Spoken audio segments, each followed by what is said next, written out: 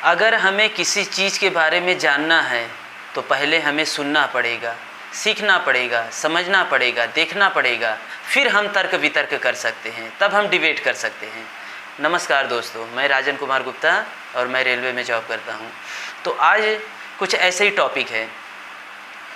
तो जैसे ही कि मैं प्रीचिंग पे निकलता हूं प्रचार करने के लिए, और लोगों से जब मिलता हूं तो लोग बड़े परेशान से रहते हैं, बहुत उदास से रहते हैं। यार क्या होगा जीवन में, क्या नहीं होगा, हाँ, बेटे की शादी कैसे होगी, बेटी की शादी कैसे होगी, घर परिवार का खर्च कैसे चलेगा, कैसा नहीं चलेगा। तो बहुत से समस्याओं को ले करके लोग जो है उलझे हुए हैं। और जब मैं उनसे भगवद गीता के बारे में बताता हूँ, स्पिरिचुअलिटी के बारे में बताता हूँ, आध्यात्मिकता के बारे में बताता हूँ, तो लोग कहते हैं कि नहीं नहीं नहीं, ये तो काल्पनिक कथाएं हैं। किसने देखा है कि भगवद गीता भगवान ने बोली है? किसने देखा है कि किसने लिखी है? और किसने देखा कि 5000 साल पहले बोली गई है? हाँ, किसी ने नहीं देखा है। तो हम कैसे विश्वास कर लें उस चीज़ पे? भागवत है, रामायण है, महाभारत है, भगवद गीता है, ये सब तो एक माइथोलॉजी है ना, काल्पनिक कथाएं हैं। तो सर, आपसे मैं यही कहना चाहूँगा कि जैसे हम कभी भूगोल पढ़ते हैं, या हम सब ने पढ़ा है ना, स्कूल कॉलेजों में भूगोल पढ़ा है, इतिहास पढ़ा है, विज्ञान को पढ़ा है, और कई विषयों के बारे में हम लोगों ने पढ़ा है। तो क्या हम लोगों ने कभी इस विषय पे सोचा है कि ये जो भूगोल के बारे में जो चर्चा की गई है, इतिहास के बारे में जो मुगलों के बारे में है चर्चा, तो क्या ये सत्य है या ये काल्पनिक है? Alpha, beta, gamma, electron, proton, neutron, इन सब चीज़ों को क्या हमने कभी जा कर के देखा है? नहीं देखा है। क्या हमने कभी रिसर्च किया है इन सब चीज़ों पे? नहीं किया। क्या हम लोगों ने जो है लैब में जा कर के इसको चेक किया? इलेक्ट्रॉन क्या है, प्रोटॉन क्या है, न्यूट्रॉन क्या है? कभी प्रयास ही नहीं किए, मौका ही नहीं मिला। ना तो कभी हम लोगों ने उन चीज़ों के बारे में कभी सोचा कि इसको करना है या इसको जानना है कि वास्तव में ये सत्य है कि नहीं है। जो हमें पढ़ाया गया, जो हमें सिखाया गया, जो हमें बताया गया, उस चीज़ को हम लोगों ने स्वीकार कर लिया उस समय, उसको सत्य मान करके। और आप बता रहे हैं कि ये सब जो है माइथोलॉजी है। तो ठीक है, जैसे स्कूलों में पढ़ाया जाता है कि 2 + 2 = 4, ए फॉर एप्पल, का से कबूतर। तो क्या हम लोगों ने कभी स्कूल के टीचर जो हैं उनसे कभी हम लोगों ने पूछा, आपने कभी पूछा कि 2 + 2 = 4, तो इसका प्रूफ बताइए कि ये 4 है। क्यों 2 + 2 = 4 हुआ? यहाँ 3 क्यों नहीं हुआ, 5 क्यों नहीं हुआ? और कैसे मान लूँ कि ये 2 है? ए फॉर एप्पल, ए से एप्पल ही क्यों हो रहा है, बैट क्यों नहीं हो रहा है? मैं कैसे मान लूँ कि ये ए है, ए लिखा है? कैसे मान लूँ कि ये बी लिखा है? कैसे मान लूँ कि सी लिखा है? कैसे मान लूँ कि ये डी लिखा है? कैसे विश्वास करूँ उस चीज़ पे? कैसे मान लूँ कि ये का लिखा है, खा लिखा है? कैसे उस चीज़ को मैं का से कबूतर मान लूँ? कुछ और दूसरा भी तो हो सकता है। नहीं, हम लोगों ने कभी टीचर से पूछा नहीं, और ना टीचर कभी उस चीज़ के बारे में जवाब देंगे। अगर आप पूछेंगे भी तो टीचर यही कहेंगे कि मैंने अपने टीचर से सुना। आप उनसे पूछेंगे तो वो कहेंगे कि मैं अपने टीचर से सुना, फिर वो कहेंगे मैं अपने टीचर से सुना। इसी तरह क्या है, एक गुरु परंपरा इसको बोलते हैं। तो ठीक इसी प्रकार आध्यात्मिकता में भी ऐसे ही है ना।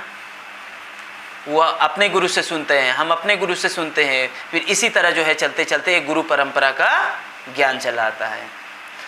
तो जब हम उन चीज़ों पे विश्वास कर रहे हैं, फिजिक्स क्या है, केमिस्ट्री क्या है, इतिहास क्या है, भूगोल क्या है, इन सब चीज़ों पे जब हम विश्वास कर रहे हैं, हाँ, उसको हम काल्पनिक नहीं मान रहे हैं, और हम इन चीज़ों को, स्पिरिचुअलिटी को हम काल्पनिक मान रहे हैं, है ना, माइथोलॉजी मान रहे हैं, है ना, ये सब तो बस ऐसे ही बताया गया है जो है ना, ये सब कथाएं हैं। कैसे मान ले हाँ कि हिरण्यकशिपु का भाई हिरण्याक्ष ने जो है पृथ्वी को जो है रसातल तल में जा कर के छुपा लिया। आसान काम है। पृथ्वी कोई फुटबॉल के तरीके तो है नहीं कि चलो हाथ में ले लिया जाके छिपा दिया। हाँ, कैसे मान ले? कैसे मान ले कि 14 लोक है, पूरे ब्रह्मांड में 14 लोक है, हमको तो एक भी नहीं दिखाई दे रहा है। हमारी नज़र जहाँ तक पड़ रही है वहीं तक दिखाई दे रहा है, उसके आगे तो कुछ दिखाई नहीं दे रहा है। हाँ, कैसे मान ले? तो सर आपसे मैं यही कहना चाहूँगा कि 5000 साल पहले भगवत गीता जब बोली, एक्चुअली में भगवत गीता जो है वो लाखों करोड़ों साल पहले बोली गई है ना।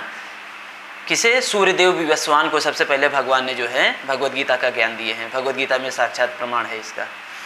तो जब इतने मान लीजिए 5000 साल पहले जो है अगर बताया जाता कि 2021 में पता है लैपटॉप आएगा, इलेक्ट्रॉनिक्स गैजेट्स आएंगे, है ना, एंड्रॉयड फ़ोन्स आएंगे और एरोप्लेन उड़ेगी, ट्रेनें चलेंगी, तो क्या उस समय के जो लोग थे 5000 साल पहले, हाँ अरे 5000 छोड़ दीजिए, 200-300 साल पहले, 400 साल पहले, 500 साल पहले, तो क्या लोग विश्वास करते इस चीज़ को?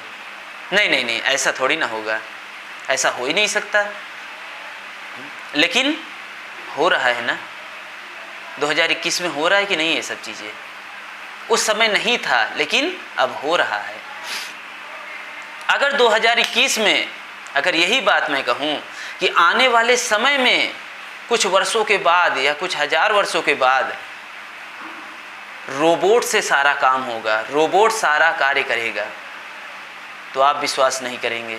नहीं नहीं, ऐसा थोड़ी ना होगा, मनुष्य ही करेगा, है ना। तो ये चीज़ है, आने वाले समय में कुछ भी हो सकता है। परिवर्तन ही संसार का नियम है, परिवर्तन होता रहेगा, लेकिन हम उस चीज़ पे विश्वास नहीं करते हैं।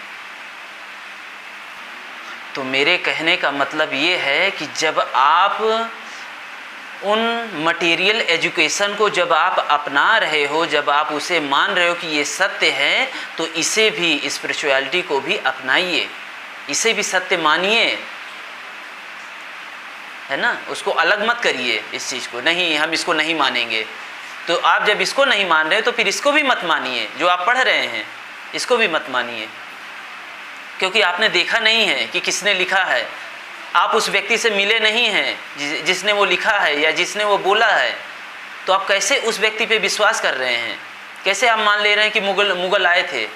आपने देखा तो नहीं है ना, बस आप विश्वास कर रहे हैं कि नहीं जो लिखा गया है वो सत्य लिखा गया है, जो बताया गया है वो सत्य बताया गया है, जो इतिहासों में जो है बताए गए हैं वो सब सारी बातें सत्य हैं। तो इसी प्रकार जो है स्पिरिचुअलिटी में भी है ना, जो गुरु परंपरा के माध्यम से जो बताया जा रहा है, जो ज्ञान दिया जा रहा है, वो भी सत्य है, इसे भी हमें स्वीकार करना पड़ेगा। आई होप कि ये वीडियो आपको पसंद आया होगा, और अगर किसी को हर्ट हुआ हो तो उसके लिए मैं क्षमा चाहता हूँ। हरे कृष्ण।